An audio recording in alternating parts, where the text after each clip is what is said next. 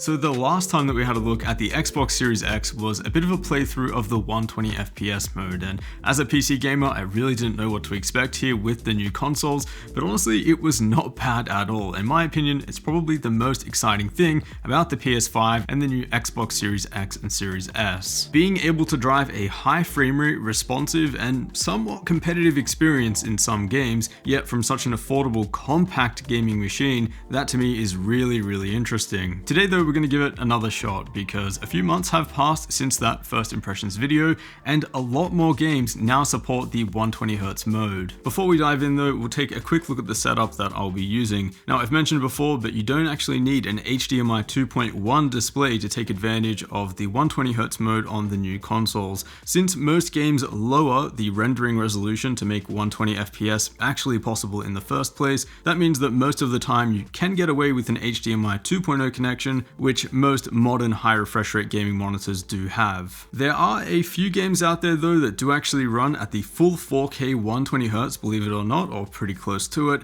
and that's where an HDMI 2.1 connection is needed. The monitor that I'll be using here is the 4K 144Hz Eve Spectrum, which does have HDMI 2.1. Recently reviewed this monitor, and although I did have problems with the 2.1 connection in my initial review, after updating the monitor's firmware, that is no longer an issue. So 4K 120Hz here looks to be working absolutely fine now. Alright, so here we go. This is going to be pretty interesting. Looks like most of the squads are full here. Alright, so right away, before even doing anything, I can tell that this is running at a very low resolution. This is below 1080p.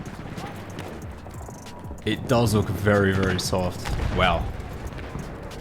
I will say I was expecting something a lot better than this, but hey, 120Hz here feels absolutely super responsive. We have lost objective Charlie.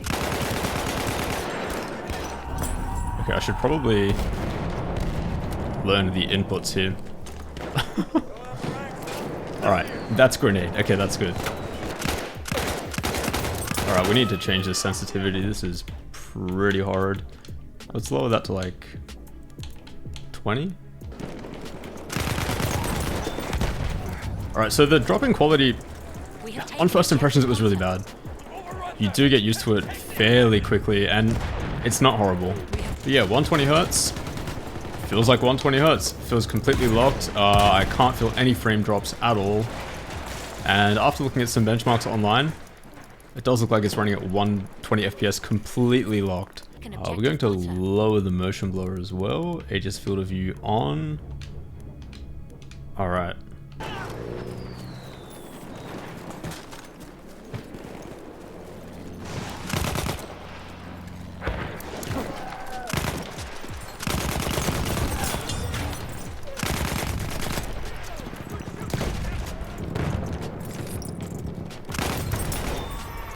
Well, my guy was pretty low.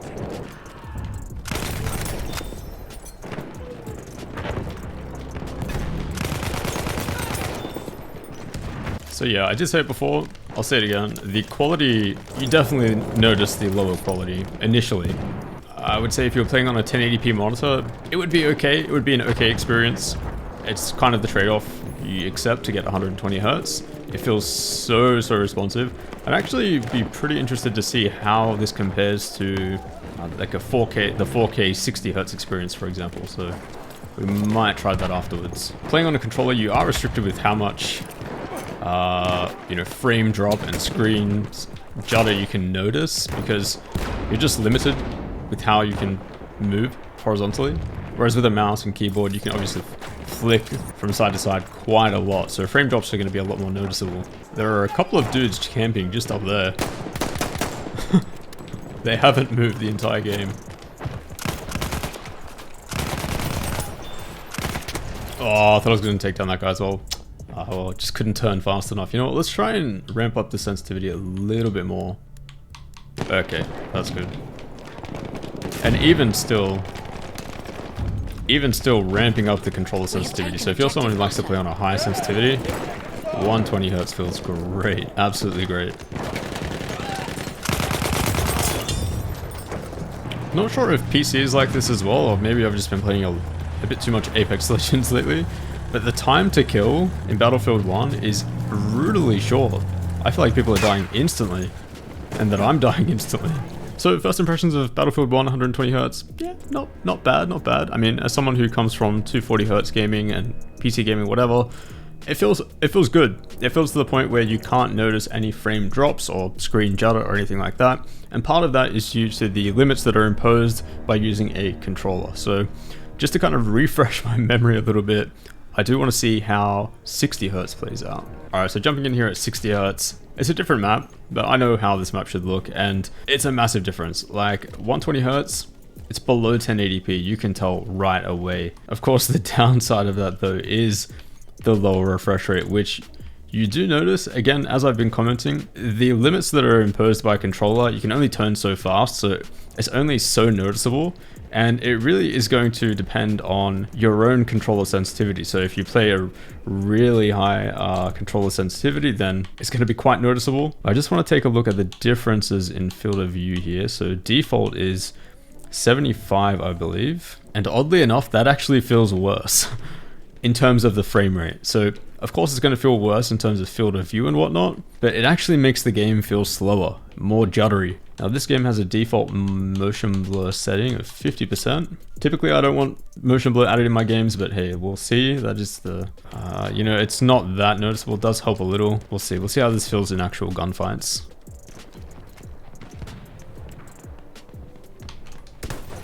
Oh, nice little collat there. And unfortunately we miss. You can definitely notice the difference between 60 and 120 Hz. It is really night and day, but at the same time, so is the difference in resolution. And I really wish that wasn't the case. Part of me just feels like this console can do so much more and that it is being held back a little bit. But next up we have Rainbow Six Siege. Now, this is not a game that I've played much of on PC, maybe less than 10 hours or so. But here the performance on the Series X is quite interesting. So it has been updated to take advantage of the more capable hardware. But what's really interesting is that this is one of those few games out there that you will actually need an HDMI 2.1 connection to take full advantage of. So we are actually running at 4K 120 FPS and above if you unlock VSync, which is really quite crazy. So we're going to go ahead and play with the performance mode, VSync off, see what kind of performance we actually get. Now we do actually have a frame rate count in the bottom left as well, which is pretty cool. You can enable that by going into options and then general, and then you go down to display game info, make sure that's on. So right now we're at 135 FPS and the game is looking crispy at 4K. So I know Rainbow Six Siege is not the most intensive game in the world to run, but yeah, it is feeling quite responsive. One thing I will say that is lacking for this game though is an FOV slider. It just seems like one of the main topics that we're bringing up through these playthroughs. But the lack of an FOV slider, yeah, it does make the game feel just really narrow. Now I'm not sure how the pro players would play this game. This does actually feel like one of those games where you might actually prefer a tighter FOV since you're kind of aiming down corridors, up staircases and stuff like that. I'm so confused by these decoys. They just stand there, do they? I will also mention controller support only here, no keyboard and mouse support, but that's something I can totally understand. The only time I really get annoyed with no keyboard and mouse support on console is when the game does support crossplay. So for example, Apex Legends, I'm sure there are plenty more out there as well. Rainbow Six, I don't know, and I would not assume that they support crossplay. So if everyone's on the equal playing field and you're playing on a controller, then that's fine by me. Game is running good though. I mean, 135, 140 FPS at 4K. Feels super responsive. Not a PC experience, you know, it's, don't get me wrong, it's not a PC experience.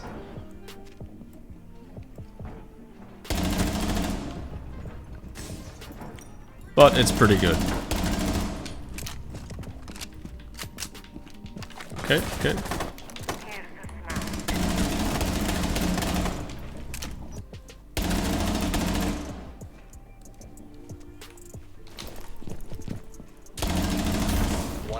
Remaining. Op 4 eliminated. Nice. Okay, this guy is definitely on controller. This guy's definitely on controller as well.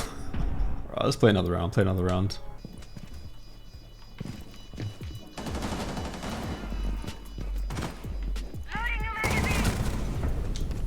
Op Alright, 4 good stuff. eliminated. MVP. Oh, let's go, boys. Next up though, we have Doom, and here we have the option to run the game in 3 different ways. We have a balanced mode, which says balance of extremely high image quality and quality settings at 60 FPS. If you have a 4K monitor, it will run at 4K 60. 120 FPS mode on the other hand, doubling the frame rate, but then of course, lowering the resolution in return. We'll take a look at what the image quality trade-off will be. And then the ray tracing mode, which is something that I've actually yet to see on any Xbox game yet. There are actually some other games that do support ray tracing as well, but this will be my first, I guess, impression of what ray tracing looks like on a console. It says accurate ray trace lighting, shading, and reflections for amazing visual quality at 60 FPS. Your selection can always be changed in the settings menu. Okay, cool. So hopefully we can hot swap between the two and maybe do some visual comparisons. And I will note that the resolution here will be the same as the 120 FPS mode. So I guess you go from here, but you're halving the frame rate, but you're getting ray tracing in return. First things first, you can tell it's not running at 4K, which would be 2160p. Currently runs at 1800p, which to me is close enough. You can tell that just looks just a little bit softer. It's nothing like saying playing on 1080p or 1440p, but you know, 1800p, you can tell that it is a bit softer in return. One second, we do have a little puddle here. Maybe we can do a quick little ray trace comparison. Nope, that looks pretty similar to me. We'll go ahead and play on 120 FPS. Wow, this feels super responsive. This feels way higher than 120 FPS. This feels significantly more responsive than how Rainbow Six felt. I feel like the FOV is the main factor there.